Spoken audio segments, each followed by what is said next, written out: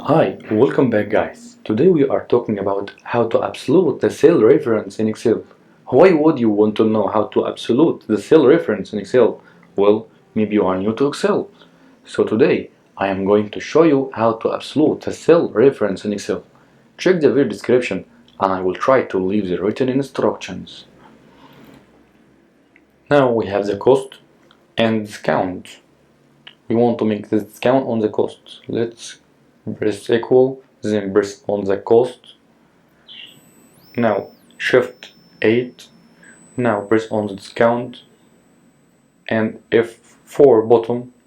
Now press enter. Let's drag it down. Let's get the price now.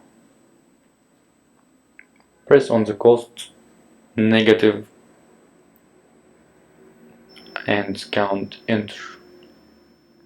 Drag it down. That is. There you go. If you want to know how to absolute the cell reference in Excel, that's the easiest way I know how.